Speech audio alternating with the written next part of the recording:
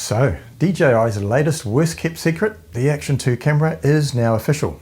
My order is in, it's an absolute no-brainer, and I'll tell you why, but there are also some things that I'm not so keen on, so don't go away. Hey guys, Mike here and welcome back to the channel. Getting the new DJI Action 2 is an absolute no-brainer as far as I'm concerned. It has a lot going for it, but there are a couple of things that are, in my opinion, not so great. Now this video isn't going to be a rehash of everything you've probably seen in the review videos already published. It's simply going to be the key features that have caused me to buy one, but also what could be improved. So let's jump straight in.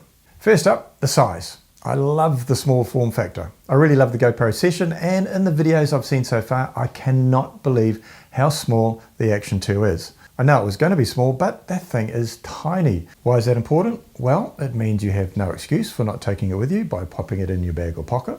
Being small, you can put it in interesting locations to get unique angles, and it's perfect as a second angle camera, again from unique or different perspectives. Next, I love the magnetic mounting system. This means you can not only add the additional packs like the battery pack and second screen very quickly, but you can unmount and mount from one mount to another very fast. From the magnetic ball head to the headband, lanyard and magnetic mount. For example, the magnetic ball head is superbly versatile. The only downside is if you want 2 or 3 to have pre-mounted, here in New Zealand, they cost about $50 each. The other thing to remember is that because it's a magnetic system, the camera itself can attach to metal objects just by itself.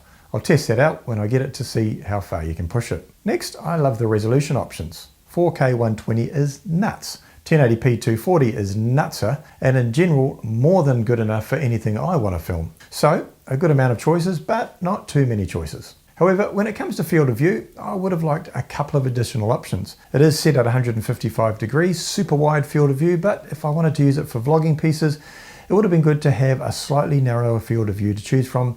Maybe we can get that through a firmware update in the future.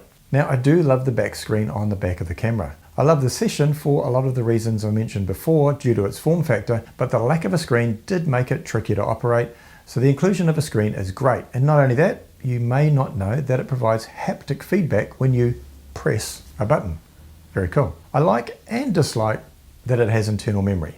More on the dislike soon. But I like that it has 32 gigabytes of internal memory. However, due to the operating system and other things, you only have about 20 gigabytes of usable memory. Having said that, and I know everyone's different, but 20 gigs is probably more than enough for my purposes. A first look at the stabilization appears to answer the question as to whether its new Horizon Steady can compete with the GoPro's Horizon Leveling. A definite yes. I'll do more testing when I get mine, but initial looks appear very impressive. I like that they have webcam capability built into the product. So when you plug a USB cable into either the battery module or the dual screen module and connect it to your computer, you can put the camera in webcam mode and it's recognized by your computer as a video source. And I presume audio, but I'm not sure until I test that myself. So more than a few things to love about the new camera. There are more, but those are just the main ones. But what are a few lowlights from my point of view? Just to prove to many of you out there that I'm not a total DJI fanboy. Now, I'll be the first to say that this is generation 1 of the new form factor, and DJI have a good track record of not only coming out with a really good first effort, which they have in this case, but they always follow up with seriously impressive improvements as well. So, what am I not so keen on? Let's start with the aforementioned memory. Yes, it has internal memory that you can utilize when just using the standalone camera unit itself, but if you want to use removable memory such as a micro SD card, only the power module and additional screen module have SD card slots. Trouble with that is that they're not waterproof, unless you then put them inside a waterproof case. So I would have liked to have seen an SD card capability in the main camera unit itself. And related to that, to get your footage off the internal memory, you have to connect it to the DJI Memo app and download or transfer it from that, as opposed to the main camera having an SD card that you can just remove. Next is the ability or inability to attach an external mic. Again, you can if you have an adapter, but that can only be plugged into the battery unit or screen module via a USB-C adapter. There's no way to plug it into the main camera module. And on the audio, you get one front-facing microphone on the camera module itself, but you get 3 more if you have the dual screen module. I would have liked at least a rear-facing microphone on the camera module itself. DJI have also announced the release of a new wireless microphone system that is compatible with a wide range of products.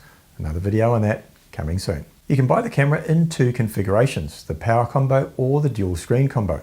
But what if you don't want either of those? I would have been keen just to buy the camera itself on its own. Also, if you want some of the accessories, or more of the accessories should I say, most only come with the kits. So if you wanted more magnetic adapter mounts, for example, so you can have several mounts already set up so you can utilize the quick switching capabilities of the camera, you can't buy them separately at this stage. Also, the lens isn't replaceable. It is made of Gorilla Glass, they reckon, but if you do a number on it, well, you have to send it in to get repaired. This was a big bugbear of the GoPro Hero 8 that lots of people complained about. Now you can get a macro lens that slots over the top, so maybe we might get some third-party manufacturers making some covers as well that just snap on. Now, I'm probably being picky. These are certainly not showstoppers for me. I'm still getting one, my order is placed, so it'll be interesting to see what upgrades happen in the future. I am really excited for this camera, and as soon as I get mine, I'll do an unboxing for you and give you my initial impressions, and then set about doing a bunch of tests. If there's any that you want done in particular, let me know, and if I can get them done, I will. Cheers guys.